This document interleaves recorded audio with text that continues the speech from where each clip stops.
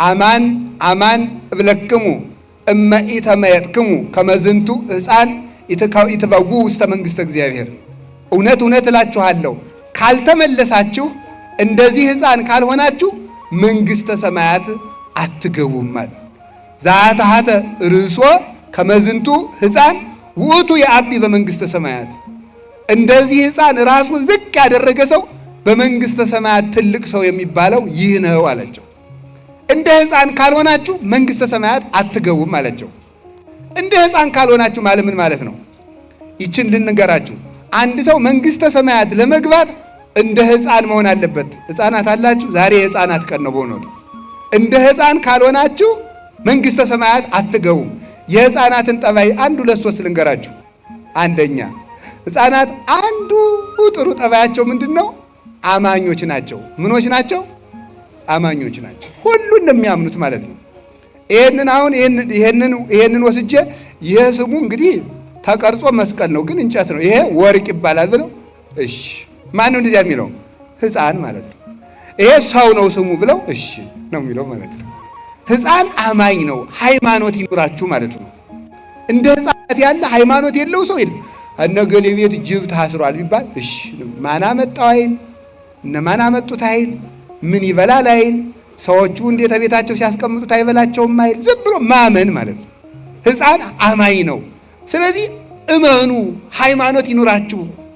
አሁን ለዚህ ነው ኦርቶዶክስ ተዋሕዶ ቤተክርስቲያንን የሚነቅፉ ከኛ ቤተክርስቲያን ውጭ የሆኑ አንዳንድ ሰዎች ምን ይላሉ? ኦርቶዶክስ ተዋሕዶ ቤተክርስቲያን ሕፃናትን ለምን ታጠምቃቸዋለች? መጀመሪያ እምነት መቅደም አለበት ይላል። ለመሆኑ የሕፃንን ያህል የሚያምን ሰው አለ? በፍጹም የለም። ሕፃን ምንም ጥርጥር የሌለበት አማኝ ሕፃን ነው። ጥርጥር የሌለበት ሃይማኖት ከሌላችሁ መንግሥተ ሰማያት አትገቡም ማለቱ ነው። ከቃሉ ጋር ናችሁ? ከቃሉ ጋር ናችሁ? ሕፃን አይፈራም፣ ያምናል። በፍጹም ነው የሚያምነው። ሁለተኛ ደግሞ ሕፃን ምን በላ ምን ጠጣ የሚቀጥለው ዓመት ምን ይሆናል ብሎ አይጨነቅም። ዘንድሮ ድርቅ ይሆናል፣ ፖለቲከኛ በዛ፣ ሰው ተፋጀ ብሎ ይጨነቃል? አይጨነቅም። ፈጽሞ አይጨነቅም። ለዚህ ዓለም አትጨነቁ፣ ለሰማይ መንግሥታችሁ ተጨነቁለት። የሰማይ መንግሥት ስትፈልጉ የምድር መንግሥት ይሰጣችኋል። የሰማይ ሰላም ስትፈልጉ የምድር ሰላም ይሰጣችኋል። የሰማይ ሀብት ስትፈልጉ የምድር ሀብት ይሰጣችኋል። ስለዚህ ለዚህ ዓለም አትጨነቁለት ለማለት አንዱ የሕፃን ጠባዩ ይሄ ነው። ሕፃናት አይጨነቁም። ሶስተኛ ደግሞ ሕፃናት ለክብራቸው አይጨነቁም። አይገርማችሁ? አንጥፉልኝ አይሉ፣ ጎዝጉዙልኝ አይሉ፣ ተለቅ ያለውን ወንበር ለእኔ ስጡኝ አይሉ። ዝም ብለው ደው ጉቸዝ ያለ ማለት ከጭቃው ላይ ሁሉ ማለት ነው። ለክብራቸው አይጨነቁም። ትውት ናቸው ማለት ነው። ቁጭ ብሎ ጭቃው ላይ ማለት ሰው በወርቅ ተቀምጦ እነሱ ሂደው ጭቃው ላይ ቁጭ ይላሉ። ለክብርህ አትጨነቅ ነው። ለክብሩ የሚጨነቅ ሰው በእግዚአብሔር መክበር አይችልም። ለክብሩ የሚጨነቅ ነው። ራሱን ብቻ መስማት የሚችል ሰው፣ ራሱ የራሱ ክብር ብቻ የሚታየው፣ በራሱ ክብር ተለጉሞ የሚኖር ሰው እግዚአብሔርን ብርሃን አያይም። ከጉድጓድ ውስጥ የሚኖር ሰው ፀሐይን ማየት እንደማይችለው ሁሉ የገዛ ክብሩን የሚያይ ሰው የእግዚአብሔርን ብርሃን ማየት አይችልም። ሁልጊዜ እንቁራሪት አሉ የምትጮህ ባህሩን የማስተዳድረው እኔ እየመሰላት ነው አሉ። በጣም እኮ የሚገርማችሁ ማለት ማታ ማታ ወንዙ ስጮህ አትሰሟትም? እንቁራሪት የምታቅራራ የባህሩ ጌታ እኔ ነኝ ብላ ነው ማለት ነው። ግን የሚያኖራት ማን ነው? ባህሩ ነው የሚያኖራት። ባህሩ ያኖራታል እንጂ እሷ ባህሩን አታኖረውም። ሰው ከሌለ ዘንድ እኛ ነው ሰው የሰው በላይ ይሆን ይመስልናል በእውነቱ ማለት ነው። ስለዚህ ትንሽ ከጸለይን፣ ትንሽ ከጾም፣ ትንሽ ከሰገድን እኮ ኩራታችን እኮ አያስቀምጥም። ስንፈርድ ገና መጸለይ ከመጀመራችን ሳምንት ሳይሆነን እገሌ እኮ አይጸልይም። ገና መጾም ከጀመራችን 3 ቀን ሳይሆነን እገሌ እኮ አይጾምም። አየሁ ይሄን አውደልድል ስንት ቤተክርስቲያን እየጠፋ ይላል። ተመልከቱ። አንዲት ሴትዮ ገዳም ዕለቱን ገብታ አሉ እሳት እየሞቀች እሳቱ ፍንጥር ብሎ ፈጃታል። ፍንጥር ብሎ ሲፈጃት ዕለቱን ገዳም የገባችለት ነው። እናንተ እኛን ጣድቃኖችን እንዲህ የበላ በዓለም ያለውን እንዴት ሊያደርገው ነው አለች። ዕለቱን ገብታ ማለት ነው። ይገርማል እኮ በእውነቱ ማለት ገና ምኑንም ሳንጀምረው ማለት ነው። አንድ ነገር ሳንጀምር መመጻደቅ መኩራት እንጀምራለን ማለት ነው። እኔ እንዲህ ያለው ጻድቅ ነኝ፣ እኔ እንዲህ ያለው ጸሎተኛ ነኝ፣ ጸበልጅ ብዙ ገዳማት ታውቃለህ። ብዙ ገዳም ነው የምታውቅ እንጂ ገዳማዊ አይደለም። ብዙ ገዳም ልትዞር ትችላለህ፣ ግን ገዳማዊ ግን አይደለም። እንኳን ጸሎተኛ ልንሆን ስለ ጸሎት እንኳን እውቅና የለንም። ስለዚህ ስንመጻደቅ ስንመካ ሕፃን ልጅ ለራሱ ክብር አይጨነቅም። አሁን ዓለምን የሚያፋጀው ምንድን ነው? ለራሱ ክብር መጨነቅ ነው። ሁሉም ሰው የኔ ዘር ታላቅ ነው ይላል። የማን ዘር ነው እንግዲያ? ትንሽ እንደው እኮ ግሩም ነው። ሁሉም ሰው የኔ ዘር ትልቅ ነው። ሁሉንም ሰው ስሙት ማለት እኛ ኢትዮጵያውያን ደግሞ ስትሄዱ እኛ ሶማሊያውያን፣ ቀጥል እኛ ናይጄሪያውያን፣ ቀጥል እኛ ሞሮኮውያን፣ ሁሉም ማለት ነው። እኛ እንደዚህ እንደዚህ፣ እኛ እንደዚህ እንደዚህ። እንዲህ ያለውን ኩራት ነው መተው። ልናገር አንድ ቃል አይከፋችሁም? የሚፈርስ የሚበሰብስ የባሰም ልናገር ነው። የሚተላ የባሰም ልናገር ነው። የሚሸት የሰው ልጅ ምን ያኮራዋል ይላል ሲራክ ነው ያለ። በሶስተኛው ቀን ቀብረው ሲመለሱ የምትለወጥ አይደለህም እንዴ ይላል። ምን ያኮራል? ቁም ነገር አይደለም ኩራታችን። እውቀቱን ስንኮራበት ምን ትፍከ ዘይነሳይከም ካልከ ተምረህ እኮ ነው። የበላይ መምህር እኮ አለብህ፣ አስተምሮሃል እኮ። እንዲያውም ቅዱስ ባስልዮስ እንኳን ዘቂሳርያማ ሲናገር ምንም ሊቅ ብትሆን የፊደሉ መምህር ይበልጣል። ፊደል አስተምሮሃል። ፊደልን ያላወቅበት ጊዜ ነበር። ስለዚህ የፊደል መምህር ይበልጣል። ምን ያመጻድቃል? ብትማር እውቀቱ ተጭኖብህ፣ ሰው እንደ ሜሞሪ እኮ ነው። መምህር ጭኖብህ ነው ያወቅከው። መልከኛ ብትሆን መልክህን አፍንጫህን አልሰራው እግዚአብሔር ነው የሰራ እንጂ። ምን ያኮራል? ሀገር ቢኖርህ ሀገር የሰጠህ እግዚአብሔር ነው ሊመሰገን የሚገባው። ኃይል ቢኖርህ ኃይል የሰጠህ እግዚአብሔር ነው የሚመሰገነው። ብትሰጥ እግዚአብሔር የሰጠህን ነው። ብትናገር እግዚአብሔር ያናገርህን ነው። ምን ቁም ነገር አለው የሰው ልጅ? እኛ እንዲህ ያልን እየኮራን ነው መኖር ያቃተን፣ ከሰው ጋር መኖር ያቃተን፣ ባልና ሚስት መኖር ያቃታቸው እኔ እኔ እኔ እኔ እኔ እኔ። እሷም የራሷን ክብስና ግን ይሄ እነ ገሌ ዘር የነ ደጃዝማች ገሌ ዘር አያቴ ቄስ ነበሩ። አያትሽ ነው ቄስ እንጂ አንቺ ቄስ አይደለሽም። አያቴ ቄስ ነበሩ፣ አጎቴ የመርጌታ ናቸው። ምንም ቁም ነገር የለው። አንተ ምንድነህ ነው ቁም ነገሩ? እንደነ አያቴ ግብረ ሰላም ሲያበሉ ግሩም ነበር። አንተ ግን እየሰረቅክ ትበላለህ። እኛ ጎንደሮች ፈትፍተን የምናበለ የድሮዎቹ ይፈተፍቱ ነበር። አንተ የሰው አንገት ልትፈተፍት ነው። አናውቃችሁም? በየመንደሩ ሞባይል አንገት እያላችሁ እየቀማችሁ ይሄንን ነው ተመልከቱ። በቀድሞ መኩራት ትተን በራሳችን ይሄን መመጻደቃችን መተው አለብን። እኔ ምንድነው? እስኪ እኔ ምንድነው ይበሉ ንገሩኝ እንጂ እኔ ምንድነው ማለት የሚገባው ይሄ ነው ማለት ነው። አንዱ ባንዱ ቅዱሳን አባቶቻችን የራሳቸው ክብር አይታያቸውም፣ የሌላው ክብር ነው የሚታያቸው። እንደ ትዕቢት ያለ በሽታ የለም በእውነት ማለት ነው። እንደ ትዕቢት ያለ በሽታ፣ ራስን ከፍ እንደማድረግ ያለ በሽታ ፈጽሞ የለም። ብእሲ ዘየአቢ ርእሶ ይመስል ከመብሲ ዘይጽያን ዲበ ሳሬት ወፍጡነ ይወድቅ። በራሱ የሚመካ ሰው በሸረሪት ድር ላይ ተጭኖ ምን የሚል ሰው ይመስላል? በሸረሪት ድር ላይ ተጭኖ እራመዳለሁ የሚል ይመስላል። ተበጥሶ ፈጥኖ እንደሚጥለው በራሱ የሚመካ ሰው ፈጥኖ ይወድቃል። በስልጣኑ ቢመካ፣ በሁሉ ቢመካ። ክርስቲያኖችን የሚጨፈጭፍ አንድ ጨካኝ ንጉሥ ነበረ። ክርስቲያኖችን ከውሻ ጋር እያታገለ የሚዝናና የሚደሰት፣ ከውሻ ጋር እያበላ እሱ የሚስቅ ሰው ነበረ። ሰው ገሎ እጁን በደም የሚታጠብ ሰው ነበረ። ማን የኔ ሰራዊት ምድር ጠበባት፣ ምን ይቻላቸው፣ እኔን የሚዋጋኝ ማን ነው አለ። ሌላ የፋርስ ንጉሥ መጣና ሰራዊቱን ጨርሶ እሱንም ማርኮ ወስዶ ከዙፋኑ ስር አስጎንብሶ ወደ አልጋው ሲወጣ እሱን እየተረገጠ ይወጣ ነበር። እንደዚህ ያደርጋል እግዚአብሔር ማለት ነው። እንደዚህ ያደርጋል። ጎንደር ላይ አፄ ቴዎድሮስ ሰውን ሁሉ ተሰብስበው እግዚአብሔር ምን ያደርጋል የሚል ጥያቄ ጠየቁ አሉ። እግዚአብሔር ምን ያደርጋል ብለው ሊቃውንቱ ጠየቁ። ሁሉም ሊቃውንቱ እግዚአብሔር ማለት ምን ፈጥሯል፣ እግዚአብሔር እንዲህ ብሏል እያሉ መለሱ። አንድ ተማሪ እኔ ልመልስ አለ እና አበላሉት።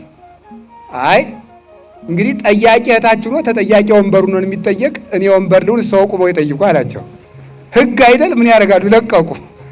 ወንበራቸው ተቀመጠና እግዚአብሔር እንዲህ ያደርጋል አላቸው። ምን ያደርጋል? እግዚአብሔር ምን ያደርጋል? እንዲህ ያደርጋል። እሰውን አስለቅቆ ሌላ ሰው ይሾማል ማለት ነው። እግዚአብሔር እንዲህ ያደርጋል። ስለዚህ ተመልከቱ፣ ዙሮ ማየት። ሰው ሲሾም ያልተሾመ ሰው እንደነበረ ይረሳዋል። አመድ እንደነበረ ይረሳዋል። እናቱ ስንት ነገር አድርጋ እንዳሳደገችው ይረሳዋል። ዙሮ ማየት አይችልም። ስለዚህ ለራሳችሁ አትጨነቁ። የምትጨነቁት ለባልንጀራችሁ ይሁን ለማለት እንደ ሕፃን ሁኑ አለ። እንደ ሕፃን የሚሆን አይምሮ እግዚአብሔር ያድለን። በራሳችን የማይኮራ አሁን ሰው ሁሉ ኩራቱ በእውነቱ ማለት ነው። በእኛ ቤት ራሱ ስትመጻደው በእኛ ቤት ያለው ምጽድቅ ብታዩት በቤተ ክህነት መምህራኑ ሁሉ አይደሉም። እንደው አንዳንዱ ማለት ነው። እንደው አንዳንዱ ሲመጻደቅ እንደዚህ አድርጎ ማለት ነው። አይታችሁኛል? እንደዚህ ብሎ ማለት ነው። የድጓ መምህር ነው፣ አቋቋም መምህር ነው፣ የቅኔ መምህር ነው። እንደዚህ አድርጎ መመጻደቅ ማለት ነው። በሉ እናንተ በሱ እንደዚህ ማለት ነው። መመጻደቅ ማለት ይሄ ነው ማለት ነው። ይሄ ነው እግዚአብሔር የማይወደው ማለት ነው። አሁን ምንድነው ኋላ ሌላኛው ያ በተለይ ወይ ዝማሜ የማይችለው ወይ ጸናጽል የማይችለው ሲያበላሽ ለመሳቅ ማለት ነው። ለመሳቅ ለማይችለው ሰውዬ በሉ በሱ ለገሌ ስጧቸው ይላል። ትትና ከሆነ ጥሩ። ይሄ ነው መመጻደቅ ማለት ነው። ስለዚህ በራስ መኩራት፣ በእውቀት መኩራት፣ መመጻደቅ። እናንተም ትመጻደቃላችሁ፣ ዲያቆኑ ይመጻደቃል። ሲቀድስ ንስማ በውጭ ነስማይ ማይኩ ቀረጸው ይላል ማለት ነው። ሊል ይችላል ነው። እዚህ ያሉ ዲያቆናት አይሉ እንደዚህ ማለት መመጻደቅ። እናንተ መመጻደቅ፣ በመስጠታችሁ በመጻደቅ፣ ሰበካ ጉባኤ መሆናችሁ በመመጻደቅ፣ ቤተክርስቲያን በመስረታችሁ በመመጻደቅ፣ ዝክር በመዘከራችን መመጻደቅ፣ በሁሉ ነገር መኩራት። እንዲህ ያለ ነገር ፈጥኖ ይጥላል። ይህንን ቤት ያደረገው የተፈጨ አሸዋ ተጠራቅሞ ነው። እኛ የቆምነው ህብረት ስላለንና እግዚአብሔር ብናኝ የነበርነውን አፈር አጠራቅሞ ስለሰራን ነው። እግዚአብሔር ስላቆመን ነው እንጂ በራሳችን የቆምነው ነገር የለም። ይሄ ከዚህ ቤት ተመልከቱ። አንድ ጠጠር መቀነስ ብንጀምር ቤቱ መናድ ይጀምራል። እግዚአብሔር አንዲት ነገር ቢቀንስ የምንናድነን ሁላችንም። ይህንን ነው መኩራትና ራስን ማየት። እንደ አውራ ዶሮ ዝም ብሎ መኩራት። አውራ ዶሮ የሌለውን ክብር ዝም ብሎ ጀምነን የሚኮራ ሰው ዶሮ ነው። እግዚአብሔራዊ አይደለም፣ ሰው አይደለም። ራሱ በእውነቱ ማለት ሰው አይደለም። ጉንዳን እኮ ትበልጣለች፣ አይጥ ትበልጣለች እኮ። ምን የሚያኮራን ነገር አለ? ይሄንን ነው እንደ ሕፃን ካልሆናችሁ አትገቡም ያላቸው። ከቃሉ ጋር ናችሁ። ሌላ ሕፃናት ምንድን ናቸው? እውነተኞች ናቸው። ሕፃናት አይዋሹም። እውነተኛ ሁኑ ማለት ነው። ሰው ዛሬ ውሸቱ በጣም መከራ ነው። እውነተኛ ሁኑ። አሁን ሕፃን ልጅ እናቱ በቤቱና ሰው ሲመጣ የለችም በል ብትለው ምንድን ነው የሚለው? እናትህ አለች? የለችም በል ብላኛለች እንጂ አለች ነው የሚለው። ይህንን ነው ተመልከቱ። አየህ፣ እውነተኛ ነው ሕፃን፣ እውነተኛ ነው። እውነተኛ ሁኑ፣ አትዋሹ፣ አትቀልዱ። ውሸታም ነው ሰው ማለት ነው። ሲያገባ መዋሸት፣ ምን ሲል መዋሸት፣ የሌለውን አለኝ ማለት፣ ሳይደርስ ደርሻለሁ ማለት። ውሸትን ደግሞ እንደ ቀላል ታወታላችሁ። የመርዝ ትንሽ እንደሌለው የኃጢአት ትንሽ የለውም። የኃጢአት ትንሽ የለውም። መርዝ ከሆነ ይገላል፣ ኃጢአት ከሆነም ይገላል። ስለዚህ ውሸትን ሰው ዛሬ አቀሎታል። ኃጢአት የሚመስለው ወይ መግደል ወይ ዝሙት ብቻ ነው የሚመስለው፣ ወይ መስረቅ ነው። መዋሸት ትልቅ ኃጢአት ነው። እግዚአብሔር እውነት ነው። እንዲያውም እግዚአብሔር እውነት ስለሆነ ከእግዚአብሔር ጋር ቀጥታ ትግል የሚገጥም ሰው ውሸታም ሰው ነው። እግዚአብሔር እውነት ነውና አትዋሹ፣ እውነተኛ ሁኑ። የሌላችሁን አለኝ አትብሉ፣ ያላችሁን የለኝም አትበሉ። ከቃሉ ጋር ናችሁ። እግዚአብሔር ከሁላችን ጋር ይሁን። እስመ ሐሰት ርዕሰ አመፃ። ሐሰት የክደት ሁሉ ራስ ነው፣ የኃጢአት የበላይ ነው። ይህንን ውሸት ነው ማጋለጥ ያለብን። እንወር ብለን መዋሸት ፍጹም ነውር ነው በእውነቱ ማለት ነው። ነገ ለሚታሰር አንደበት ማለት ነው። ነገ ለሚታሰር አንደበት እንወር ብለን፣ አንዳንዱ ገንዘብ ብሎ፣ አንዳንዱ ፈርቶ ይዋሻል። ነገ ግን እንታሰራለን። በመኮንነ ጽድቅ በኢየሱስ ክርስቶስ ፊት እንቆማለን። ያን ጊዜ እሱ ምስክር አያሻውም። ራሱ ኃጢአታችን አስጥቶ ይመለከተዋል። ሰጣዩ ለኩሉ ክቡት፣ የተሰወረውን ሁሉ እንደ ስጡ አስጥቶ ገልጦ የሚያይ እሱ ክርስቶስ ነው። በክርስቶስ ፊት በቆምን ጊዜ ዛሬ በልብስ የሰወርነውን፣ ዛሬ በቀሚስ የሰወርነውን፣ እንደ መነኩሴ ዛሬ በቆብ የሰወርነውን፣ ዛሬ በካባ የሰወርነውን፣ ዛሬ በሻሽ በቀሚስ በመስቀል የሰወርነውን፣ እናንተ ደግሞ በነጠላ የሰወራችሁትን፣ በዝክር የሸፈነውን፣ በመመጽወት የሸፈነውን ሌብነት ክርስቶስ ነገ አውጥቶ ይገልጠዋል። ያን ጊዜ ማን ይሸፍነዋል? ተራሮችን ተናዱብን እንዳንል በሱ ፊት ናቸው። የኃጢአት መጋረጃ ሁሉ ተገልጦ የሕይወታችን መዝገብ ወጥቶ ይነበባል። አስመሳይነት መልቀቅ አለበት። የሌላችሁን አለኝ አትበሉ። ከሰው ጋር ለመኖር ብላችሁ ድቁና ሳይኖር አለኝ አትበል፣ ውሸት ነው። ሴቱም ድንግልና ሳይኖራችሁ ነኝ ብላችሁ በተክሊል አታውቁ፣ ውሸታም ሁሉ። እምትዋሹትን ማለት ነው። የማያትዋሹትን አላልኩ። እንዲህ ማድረጋችንን መተው አለብን። እግዚአብሔር ይቀለዳል? እግዚአብሔር ይዘበትበታል? አይዘበትበትም። ሳንታረቅ የታረቅን ምስልን ማስቀደስ ውሸት ነው ይሄ። ስለዚህ ውሸታም አትሁኑ ለማለት እንደ ሕፃን ሁኑ፣ እንደ ሕፃናት እውነተኞች ያድርገን እግዚአብሔር። ከቃሉ ጋር ናችሁ? ሌላ ደግሞ ሕፃናት ምን አይሉም ደግሞ ቂም የላቸውም። ሕፃናት ይሄ ነው ደግሞ የዋሃን ናቸው። ሕፃናት ቂም የላቸውም። ተጣልተው በድንጋይ ተፈራግዘው ነግሬሃለሁ ነገ ይመታል የገሌች ልጅ እንዳትጫወተ እሱ ጋር ተው በበነገው አብሮ ይገኛሉ። ቂማችሁን ተው ለማለት ነው። ሕፃን ሁኑ ያለን ቂም ተው፣ ቂም አይኖርባችሁ። ቂም በሰው ልብ ውስጥ ተቀምጦ የሰውን ሕይወት የሚበላ ትል ነው ይላል ወግሪስ የሚባል አባል። የሰውን ሕይወት የሚቦረብር ቂም ነው። ቂመኛ ሰው ሰላም የለው። ራሱን ትል የቆሰነት አካል እንደሚበላ የሰውን ሕሊና የሚበላ በውስጥ የተቀበረ አውሬ ቂም ነው። እንቅልፍ የሚያሳጣ ሰውን ባየነው ቁጥር አይምሯችን እንዲደማ የሚያደርግ ምንድነው? ቂም ነው። ሰላማዊ ሰው ማን ነው ካላችሁኝ፣ ሰውን ያልበደለ ሰው ነው። በሰው ቂም የማይቋጥ እንዴት ብዬ ቂም ይጥፋልኝ ልንል እንችላለን። እንዴት ብዬ ቂም ይጥፋልኝ፣ የበደለኝ የበደለች ብዙ ነው ልንል እንችላለን። እግዚአብሔር ለአንተ ስንት ነገር ትቶልሃል ነው መልሱ። እግዚአብሔር የ30 ዓመት በደል ከተወልህ አንተ የአንድ ቀን የሁለት ቀን የሶስት ቀን የእህትህን የወንድምህን በደል ለምን አትተውም? እግዚአብሔርን ሁሉ ዕዳ ትቶልሃል። ሰርቀህ ዝም፣ ዘሙተህ ዝም፣ አመንዝረህ ዝም፣ ተሳድበህ ዝም፣ ደብድበህ ዝም፣ እግዚአብሔርን ሁሉ ዝም ብሎ አይተዋል። ምን አለ አንተ የአንድ ቀን የሁለት የሶስት ቀን አንድ ዓመት ይሄን ሰውዬ ከቻልኩት 5 ዓመት ይሄ ነው። እግዚአብሔር ዕድሜ ዘመንህን አንተን ችሎ የለም ወይ? አንተን እንዲህ አድርጎ ከቻለ ለምን አትችልም? ህድጉ ወይ ሀድግ ለክሙ ስራዩ ወይ ሰሪ ለክሙ ይላል ዮሐንስ አፈወርቅ በቅዳሴ። እናንተም ተው እሱም ይተውላችኋል፣ እናንተ ይቅር በሉ እሱም ይቅር ይላችኋል። ይቅር እንዲለን ይቅር ማለት አለብን፣ እንዲተውልን መተው አለብን።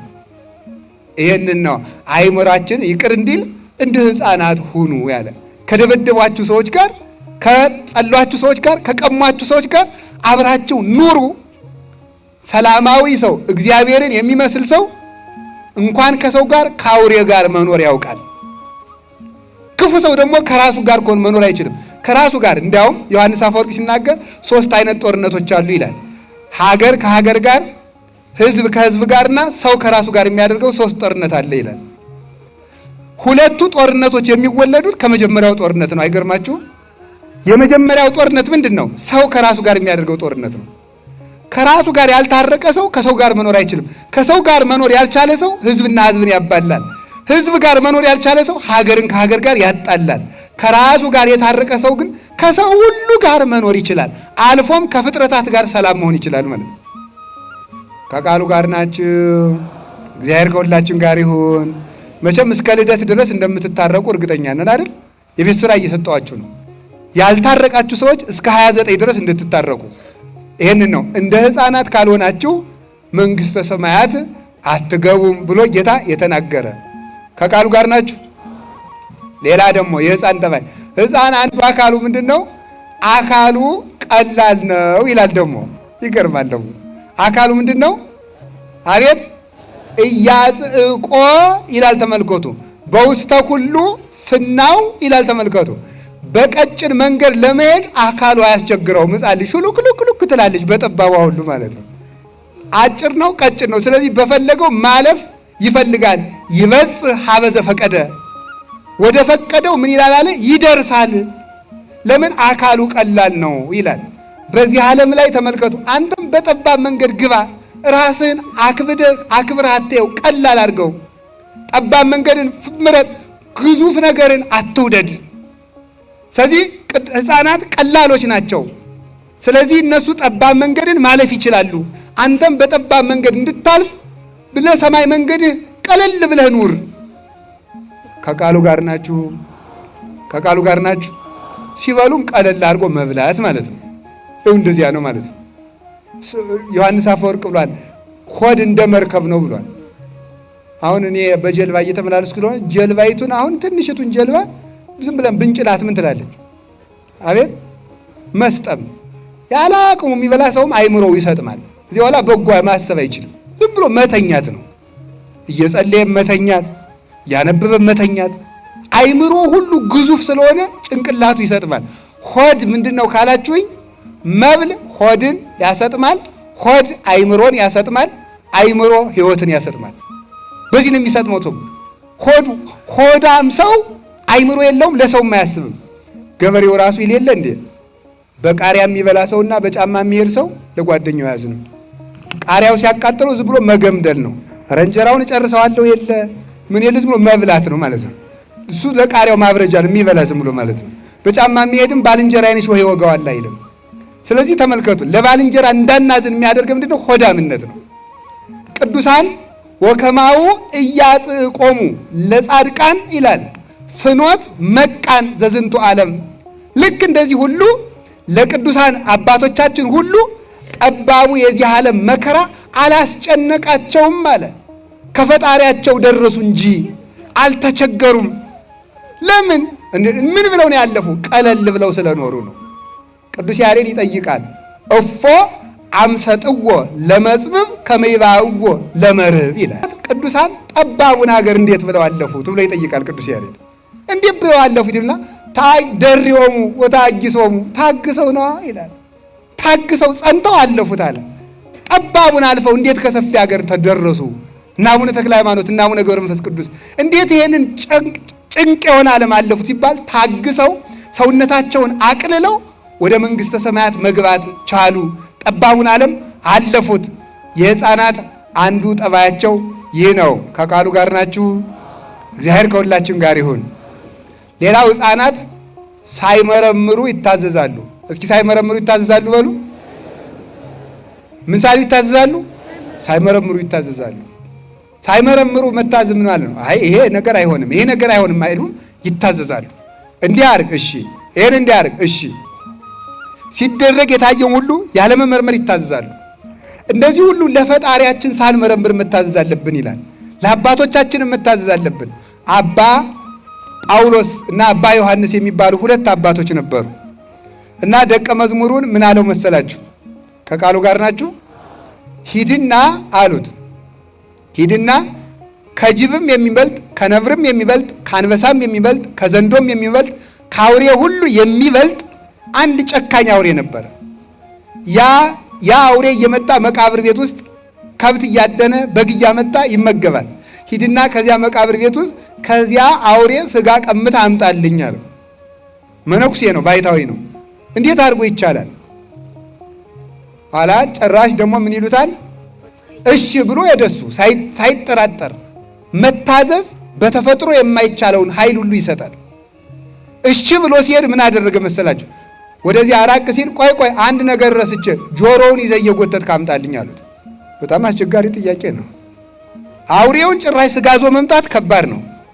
እንደገና ደግሞ ምን ማለት አውሬውን ዘን እሺ አለ። እሺ አለ። ኋላ ምን አሉ? ራቅ ሲል ደግሞ እንዲህ አሉ፣ እምቢ ያለህ እንደሆነ አባ ዮሐንስ ነው የሚባሉት። አባ ዮሐንስ ና ብሎ አልበለዋል። ኋላ ሊበላ ሄደ። ስጋውን ይዞ ሊመጣ ሄደ። የአውሬ አገሳ ሊውጠው ስድግው ሊውጠው ሲያገሳ እኔ አይደለሁም አባ ዮሐንስ ና ብለዋል ሲለው እሺ ብሎ መጣለት። እየጎተተ ይዞት መጣ፣ አስረከበው ማለት ነው። ይሄ ሁሉ የሚያመጣው ምንድን ነው? መታዘዝ፣ ለእናት አባት መታዘዝ፣ ለካህናት። እንዲያውም ቅዱስ ጳውሎስ ምንድን ነው የሚለው? ለእግዚአብሔር ብላችሁ ለጠማማም ቢሆን ታዘዙ። እስቲ በሉ ለእግዚአብሔር ብላችሁ በሉ። ለምንም ቢሆን ታዘዙ። ለጥመቱ አንታዘዝም፣ ለጠማማው ነው የምንታዘዝ። ለጠማማው እንታዘዛለን፣ ጠማማነቱን አንቀበልም። ለጠማማ ሰውም ቢሆን ታዘዙ። ለጠማማ ሰው ስትታዘዙ ከመዘለ ጊዜነ ለክርስቶስ እንደምትታዘዙ ቁጠሩት። መታዘዛችሁ ምን ያደርጋችኋል? ያከብራችኋል። አንድ አባ ዳንኤል የሚባል የተከበረ አባት ነበረ። ስሙ የተጠራ መነኩሴ፣ ተአምርን የሚያደርግ በገድል ተቀጥቅጦ የኖረ ኃይለ እግዚአብሔር ያደረበት ነበር። ኋላ አንድ ወንበዴ እናቶች ገዳም አባ ዳንኤል ነይ ብዬ ልሂድ አለ። ሽፍተው ሄደና አንኳኳ። ማን? አባ ዳንኤል። ከፈቱለት። አያውቁትም አባ ዳንኤል። ኧረ አባ ዳንኤል መጣ ብለው እግሩን አጠቡት። እግሩን አጠቡና ምን አደረጉት? ልብስ ለብሷል፣ ቀሚስ አድርጓል። አይገርም? መጽሐፍ ለዚህ እኮ ነው ከሽፍታ ይልቅ ወይባ የለበሰ መነኩሴን ፍራ የሚለው ማለት ነው። ምክንያቱም ሽፍታ አገሩ ይታወቃል፣ በወታደር ይያዛል። መነኩሴ ግን ዳባ ስለለበሰ ሽፍትነቱን የሚያውቅበት የለም ማለት ነው። ስለዚህ ፍራ አለ። ኋላ ምን አደረገ? ደግሞ እንደዚህ ስላችሁ ጊዜ መነኩሴ ሽፍታ ነው በሉ፣ እንደ ጭልፊት እየሞጨለፋችሁ ማለት ነው። ምን አደረገ? ከዛስ ምን አደረገ?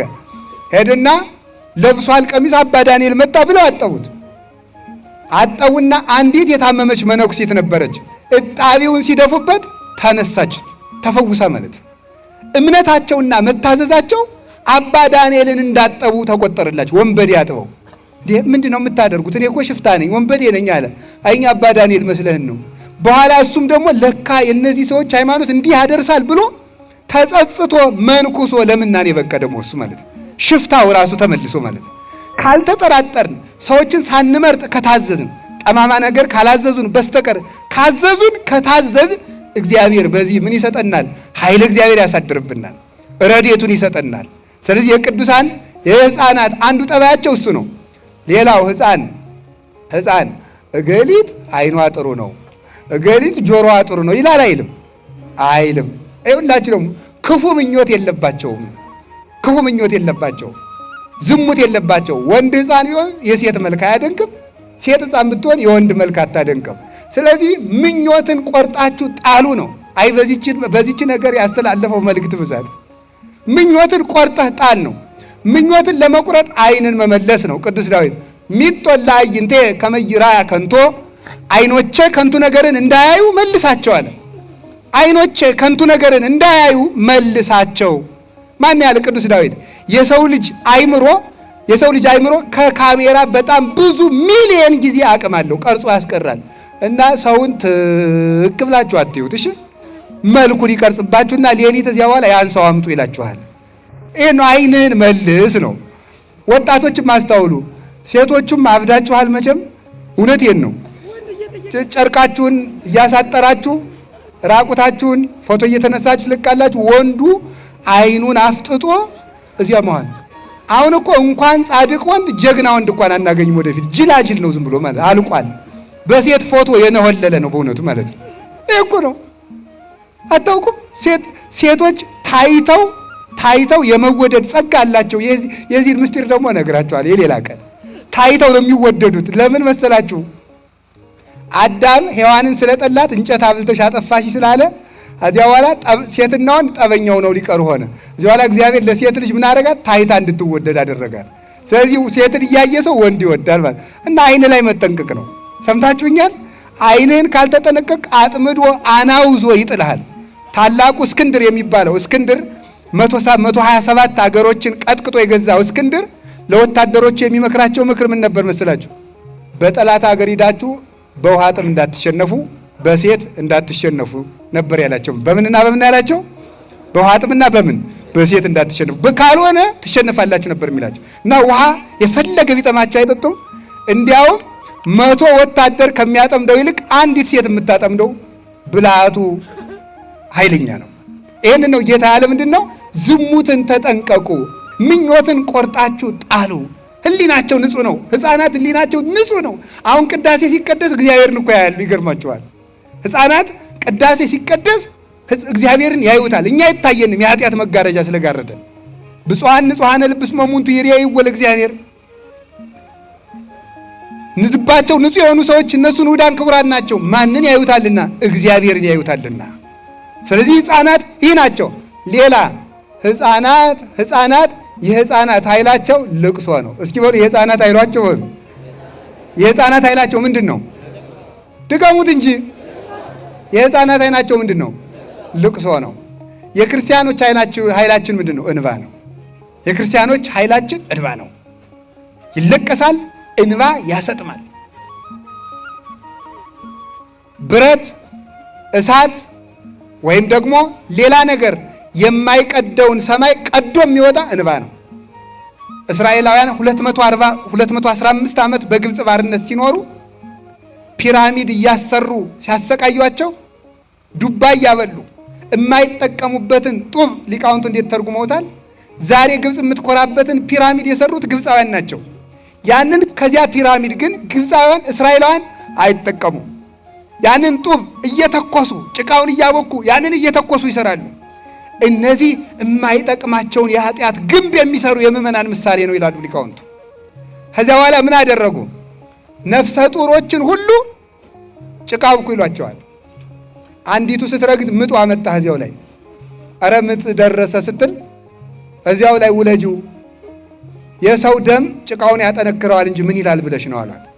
እንዲህ አለ ጭክና በእውነቱ ማለት ነው። በእኛ ዘመንስ ይህ አልተሰራም ብላችሁ ምን ያላደረግነው ኃጢአት አለ? የቀረን ነገር እኮ የለም በእውነቱ። እንባዋን አለቀሰችና በእጇ እንዲህ አድርጋት በእጇ ይዛ ወደ ሰማይ ሀሎኑ በዚህ ሰማይ እግዚአብሔር አዶናይ፣ እውነት በዚህ ሰማይ እግዚአብሔር አለ ብላ ሰማይ ወደ ሰማይ እንባዋን ስትረጨው ሰማይ በጦርነት የማይከፈተውን ሰማይ እንባዋ አንኳኳው የሰማዩን ደጅ። እግዚአብሔር የምሕረት በሩን ከፈተ። ወንድማቸውን ሽጠው ዮሴፍን ለግብፅ ባርነት ሽጠው እነሱ 215 ዓመት የተገዙበትን የባርነት ቀንበር በአንዲት ሴት እንባ ተሰበረ። ከዚያ በኋላ ሙሴን ያህል ሰው አስነሳ። ክንደ ብርቱውን ሙሴን ያለ ሰረገላ ተዋግቶ እግዚአብሔርን ይዞ በዕድ ጽኒት ወበመዝራይት ልዕልት እስራኤላውያንን ከግብፅ ባርነት ፈልቅቆ ፈርዖንን ከነሰረገላው አስጥሞ ይዟቸው ወጣ።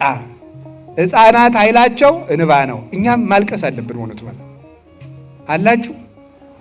አሁን ሰው እኮ አያለቅስም። ታለቅሳላችሁ? እንዲያውም ማን ነው በቀደም ሲነግረኝ የአዲስ አበባ ሰው እዚህም ጎንደር ይኖራል። ባለሀብቶቹ ዘመድ ያልሆነውን ድሃ ከፍለው ማስለቀስ ጀምረዋል አሉ። ዘመድ ሲሞት እንዲሁ ቋይ ድረስ እኮ ነው በእውነቱ ማለት ነው። ማስለቀስ እዚያ ተሰብስቦ ማስለቀስ ማለት እናቴ እያለ ማልቀስ። እናቱ አይደለችም፣ አክስቱም አይደለችም። እንዲያውም ሰውየው የሚያለቅሰው ወይኔ ለሳንቲም ብዬ እንዲህ ላልቅስ ብሎ እያለቀሰ ይሆናል ሰውየው ማለት ነው። ሰው ደግሞ ለዚህ ጉዳይ አለቀሰ እያለ ሊያለቅስ ይችላል ማለት ነው። ለምንድን ነው ግን እንዲህ ልባችን የደነደነው? አሁን ክርስቶስ ሞተ ቢሉ ሰው አያለቅስ? ኃጢአቱ አያስለቅሰው? ምን አይል እና እንባን እንዴት ማግኘት ይቻላል የሚል ሊቃውንቱ በጣም ብዙ አመስጥረውበታል። እንባ የሚገኘው መጀመሪያ ራስን ማየት ሲቻል ነው ይላል። ማንን ማየት ሲቻል? እስቲ በሞቴ ሰሞኑን እስከ ልደት አንድ ቀን ለ1 ሰዓት ወይም ለ2 ሰዓት ቁጭ በሉና ወረቀትና እስክሪብቶ የያዛችሁ እኔ ምናይ ማን ነኝ ብላችሁ ጻፉ። ሌብነቱንም ታውቁታላችሁ፣ ዝሙቱንም እንደው እኔ ማን ብላችሁ ኃጢአታችሁን በሙሉ ዘርዝሩት፣ ጻፉት። እኔ ነግሬያችኋለሁ እንዳትረሱት። ኋላ ደግሞ እግዚአብሔር ምን አደረገልኝ ብላችሁ ደግሞ ጻፉት። የዚያን ጊዜ እንባ ማግኘት እንችላለን ማለት ነው። አሁን እንባ የለም። ቢለቀስ ግን እግዚአብሔር ለሀገር ሰላም ያመጣል፣ መፍትሄም ያመጣል፣ አንድነትም ይመጣል። 600,000 የእስራኤል ሕዝብ የወጣ በአንዲት ሴት እንባ ነው። ማልቀስ ከተቻለ ይህን ማምጣት ይቻላል። ሰዋውን ደንድኗል። ከቃሉ ጋር ናችሁ። እግዚአብሔር ከሁላችን ጋር ይሁን። ሌላ ሕፃን የእናት አባቱ ጥገኛ ነው። እስኪ በሉ ሕፃን በሉ። የማን ጥገኛ ነው? የእናት አባቱ ጥገኛ ነው። ምን ማለት ይመስላል? ያለ እናት አባቱ ሕይወት የለውም፣ ሕፃን ነው። አንተም ከእግዚአብሔር ተጠጋ ማለት ነው። ከእግዚአብሔር ተጠጋ፣ እግዚአብሔርን አትልቀቅ ማለት ነው። እግዚአብሔርን አትልቀቅ። እግዚአብሔር መጠጊያ አምባ ቅጽር ነው። እግዚአብሔር ያልተጠጋ ሰው አውሬ ይበለዋል። እግዚአብሔርን አለመልቀቅ ማለት ነው፣ ከስጋው ከደሙ አለመራቅ፣ ጸሎት አለማቋረጥ። ማንኛችሁም ማለት ነው፣ ሁላችሁም እግዚአብሔር የማይሰማው ፍጥረት የለም በእውነቱ ማለት ነው። እግዚአብሔር የማይሰማው ፍጥረት የለም። ስለዚህ በየቦታው የምንጠቅ በየቦታው የምንሞት ለምንድን ነው ካላችሁኝ፣ ከእግዚአብሔር ጥግነት ከእግዚአብሔር አለትነት ስለምንወጣ ነው። ወታደሮቹ ምሽግ ይዘው የሚዋጉ ለምን ይመስላችኋል? ጥግ እንዲሆናቸው በጀርባ የሚመጣው እንዳይመታቸው አይደለም። እኛ የማናውቀው ዲያብሎስ እንዳይወጋን ከእግዚአብሔር መጠጋት አለብን። ከእግዚአብሔር የተጠጋ ሰው ማን ይላል? ዲያብሎስ የትኛውንም ያህል ጦር ቢወረውር መውጋት አይችልም። ለዚህ ነው ዮሐንስ አፈወርቅ ዲያብሎስ ተኮሰ፣ ጥይቱን ጨረሰ፣ ዝናሩን አራገፈ፣ ቤተ ክርስቲያንን ግን ማጥፋት አልቻለም ብሎ የተነገረው። ስለዚህ ከእግዚአብሔር መጠጋት ማለት አቅምን ማወቅ፣ ከቤተ ክርስቲያን መጠጋት። እንዲያው ቤተ ክርስቲያን ሳይመጡ መዋል እኔ ለራሴ እበቃለሁ ማለት ነው። ሳይጸልዩ መዋል ቀኑን እኔ በሰላም የመኖር ስልጣን አለኝ፣ እግዚአብሔር አታስፈልገኝም ማለት ነው። ማታ ሳይጸልዩ ማደር ሌሊቱን እኔ ራሴ እበቃዋለሁ፣ ለሌሊቱ ጥበቃ አንተ አታስፈልገኝም ማለት ነው። ሲበሉ አለመጸለይ ምግቡ ጤና እንዲሆነኝ ራሴ ማድረግ እችላለሁ። አትባርከው ማለት ነው ያለን። ሳይጸልዩ ማግባት ትዳሩን እኔ ራሴ በቃዋለሁ፣ ግድ የለም እግዚአብሔር አትምጣብኝ ቤቴ ማለት ነው። ይሄ እኮ ነው በእውነቱ። እግዚአብሔርን ጥግ ያደረሰው ሰው ግን ያልፋል። እንዲያውም እኮ በዱዲያኖስ ዘመነ መንግስት የዱዲያኖስ ኃያላን የሆኑ ክርስቲያኖችን ድንጋይ እየወረወሩ ሲመቷቸው ወይ ክርስቶስን መርጣችሁ ሙቱ ወይ ደግሞ ክዳችሁት ደግሞ ምን አለ ሕይወትን ምረጡ አሏቸው። መርጠን ጨርሰናል፣ ክርስቶስን መርጠናል አሏቸው። እንግዲያስ ብሎ ድንጋይ ሲወረውሯቸው ለነሱ የሚወረውሩት ድንጋይ የዱዲያኖስን ታዛዦች እየተመለሰ ይመታቸው ነበረ። ማን ይህን ሁሉ የሚያደርግ? እግዚአብሔር ነው። የእግዚአብሔር ጥገኛ ለመሆን ያብቃን። እግዚአብሔር ተጠግተን ለመኖር ያብቃን።